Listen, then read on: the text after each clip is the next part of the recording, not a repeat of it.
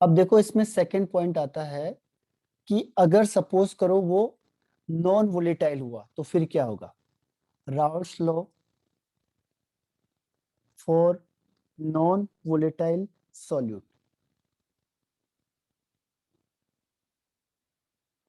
Raoult's law for non volatile solute, यानी कि अब जो सॉल्यूट है आपके पास उसके वेपर्स नहीं बन रहे। पहली बार में तो दोनों के वेपर्स बन रहे थे तो दोनों को हम यूज कर रहे थे।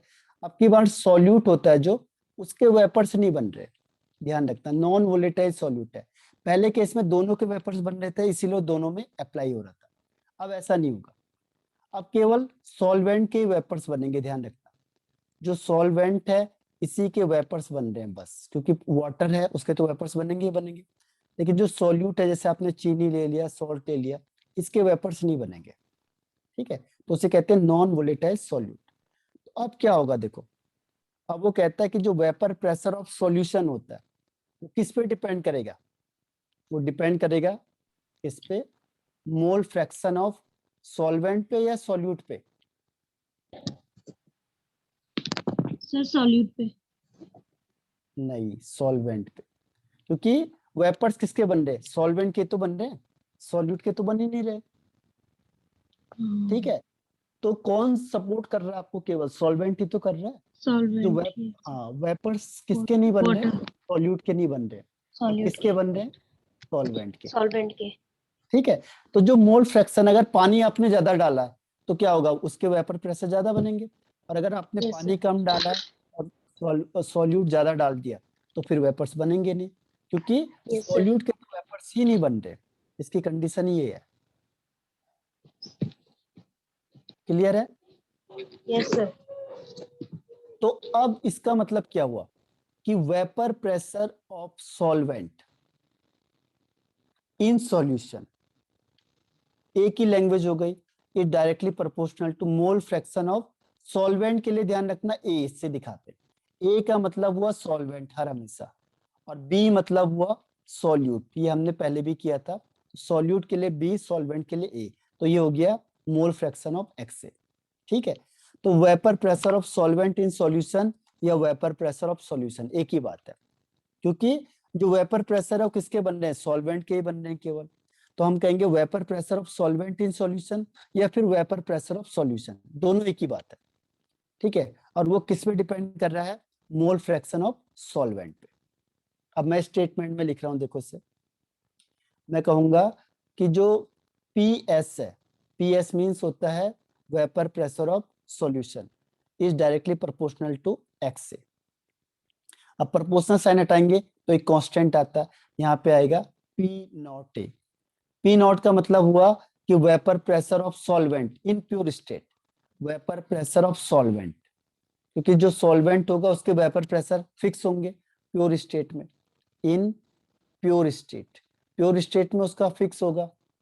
ठीक है, आप क्या करो, इसको अपॉन में ले जाओ, तो P S upon P not is equal to X A. अब इसे चेंज कर दो, देखो एक्स ए को एक्स बी के टर्म्स में चेंज करेंगे तो क्या हो जाएगा, 1 - XB। क्यों, क्योंकि X A plus X B is equal to 1 होता है, X A is equal to 1 - XB। अब क्या करो, इसको एक्स बी को यहाँ से उठा के दूसरी साइड ले जाओ और इसको यहाँ से इधर ले जाओ, क्या होगा, x B is equal to 1 - PS upon P nought. ठीक है, इसको यहाँ से एलसीएम, क्या हो जाएगा, P B x B is equal to P not minus P S upon P nought. ये आ गया राउट लॉ का फॉर्मूला, जो मेन फॉर्मूला है। ठीक है, अब यस सर। इसके क्या डिफाइन करेंगे, देखो इसके बेस पे हम लोग इसको डिफाइन करेंगे। देखो क्या होता है कि जो प्योर सॉल्यूट होता है उसके वेपर प्रेशर ज्यादा होते हैं, तो जो पी नॉट है इसकी वैल्यू ज्यादा होगी पी एस से। जैसे सपोज करो आपने पानी ले लिया, पानी के वेपर प्रेशर है 100 mmR। अब आपने उसमें कुछ सोल्यूट मिला दिया, तो जैसे ही वाटर में सोल्यूट मिलाओगे उसके वेपर प्रेशर क्या होंगे, कम हो जाएंगे, कम उसके हो वेपर जाएंगे। डिक्रीज हो जाएंगे, क्योंकि ये सोल्यूट वेपर बनने नहीं देगा ना, सोल्यूट उसमें यस सर। चला गया, तो ये हीट यस सर। ले लेगा अपने पास और वेपर्स नहीं बनने देगा, तो उसके वेपर प्रेशर डिक्रीज हो जाता है। ठीक है, तो यहाँ पे क्या होता है, जो P not minus P S है, इसे कहते हैं decrease in vapour pressure. Vapour pressure कितने डिक्रीज हुए, जैसे प्योर वाटर है 100 mm प्रेशर लगा रहा है, अब सॉल्यूशन क्या है, कम हो जाएगा क्योंकि उसमें अपने सॉल्यूट मिला दिया, 80 mm है, तो इसे क्या कहेंगे, कितना कम हुआ, 20 कम हो गया, 100 माइनस 80 यानी 20। तो P not minus P S को हम कहते हैं डिक्रीज इन वेपर प्रेशर। ठीक है, तो P not minus P S is equal to decrease in vapour pressure. Clear है? Yes sir. अब P not minus P S upon P not को कहते हैं रिलेटिव, मतलब किसी के रिस्पेक्ट में हो रहा है। ठीक है, relative lowering in vapour pressure, relative lowering in vapour pressure यानी किसके रिस्पेक्ट में हो रहा है, पी नॉट के रिस्पेक्ट में हो रहा है, तो इसे कहते हैं relative lowering in vapour pressure. ठीक, यस सर। अब हमें इसके बेस पे स्टेटमेंट पे हमने राउल्ट्स लॉ को, सेकंड लॉ को लिखना है, P not minus P S upon P not is equal to x B. तो इसको हमने स्टेटमेंट में बनाना है, तो क्या लिखेंगे, देखो रिलेटिव, पहले ऊपर हेडिंग लिख देता हूं मैं, Raoult's law for non volatile. ध्यान रखना यहाँ पे जो सॉल्यूट है आपके पास वो नॉन वोलेटाइल सॉल्यूट है, तो इसके केस में क्या होगा, देखो relative lowering in vapour pressure, ठीक है, of solution is equal to, देखो ये इक्वल है, ये किसके इक्वल है, equal to the mole equal, fraction के। वेरी गुड, मोल फ्रैक्शन किसके, मोल फ्रैक्शन ऑफ, सॉल्यूट। हाँ, mole fraction of non volatile solute. Clear, solute कैसा लिया हमने, नॉन वोलेटाइल का नॉन लिया, बस इसी वोलेटाइल। को स्टेटमेंट में लिख दिया हमने, और यही क्या हो गया आपका Raoult's law for non volatile solute. समझ में आया आपको ये, yes sir. P nought yes sir. Minus P S upon P not is equal to x B, ये हो गया आपका Raoult's law for non volatile solute. Clear है? और यस इसकी सर। डिफाइन क्या याद रखोगे आप, कि relative lowering in vapor pressure of solution is equal to the mole fraction of non volatile solute। बस छोटा सा है, देखो जो आपने फॉर्मूला है वही मैंने लैंग्वेज में लिख दी है, बस कुछ अलग से नहीं लिखा है। क्लियर? Yes sir. तो ये पोर्शन भी आपका देखो पूरा फिनिश हो गया। एक चीज मैं आपको आज बता देता हूँ, लास्ट है, कल कॉलिगेटिव प्रॉपर्टी हो जाएगी, तो मैक्सिमम कल और परसों में चैप्टर खत्म हो जाएगा, फिर हम क्वेश्चन आंसर की प्रैक्टिस करेंगे मेन। तो देखो इसमें एक स्टेटमेंट अभी मैंने कहा कि जो वेपर प्रेशर होता है वो सॉल्यूशन का हर हमेशा कम होता है, किसके, vapour pressure of pure solvent के। ऐसा क्यों होता है, देखो ठीक है, ऐसे लैंग्वेज में लिखते हैं तो ये कहेंगे कि vapour pressure of solution is always always lesser than always lesser than the vapor pressure of pure solvent। ठीक है, तो प्योर सॉल्वेंट से कम होगा हर हमेशा। क्लियर? अब उसका लॉजिक क्या है, देखो इसका आंसर क्या है, इसका मैं आंसर बताता हूं आपको, कि सपोज करो आपने ये वाटर ले लिया, ठीक, ये है आपका वाटर, वाटर लिया है मैंने इसमें, अब आप हीटिंग करोगे, हीटिंग मैंने करी सपोज करो 25 डिग्री सेल्सियस तक, और इसके वेपर्स बन गए 100 mm वेपर बन गया।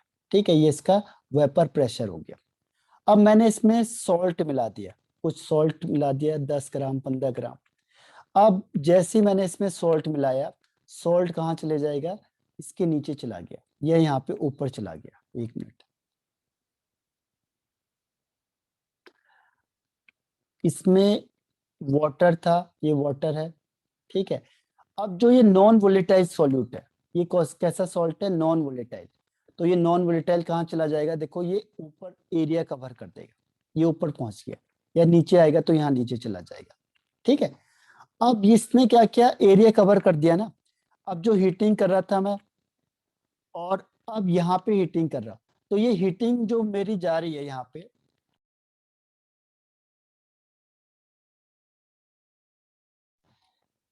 ये हीटिंग को कौन एब्जॉर्ब कर रहा है, ये वाले पार्टिकल जो कौन से हैं, नॉन वोलेटाइल है। ये ऐसे हैं कि कुछ स्टूडेंट देखेंगे अपने क्लास में जो डिस्टर्बिंग स्टूडेंट होते हैं, तो ये खुद भी पढ़ते नहीं है, दूसरे को भी पढ़ने नहीं देते। तो ऐसे ये भी होते हैं। ये जो सॉल्यूट होता है नॉन वोलेटाइल, यानी वेपर्स नहीं बनाएगा, तो ये तो Yes, खुद ही, sir. ठीक है, ये तो खुद वेपर्स नहीं बना रहा और दूसरे को भी वेपर नहीं बनाने देगा। ये खुद कहाँ आ गया, सरफेस कवर कर देता है। देखो ये क्या करता है, सरफेस एरिया को कवर कर देता है। अब सरफेस एरिया कवर हो गया तो क्या होगा, जो एस्केपिंग मॉलिक्यूल है, जो निकल रहे थे वेपर्स, उसको भी इसने क्या कर दिया, रोक दिया, ठीक है, रोका। जो Yes, sir. वेपर्स बना रहे थे उसको भी नहीं बनाने दे रहे, और खुद भी नहीं बना रहे, ठीक है।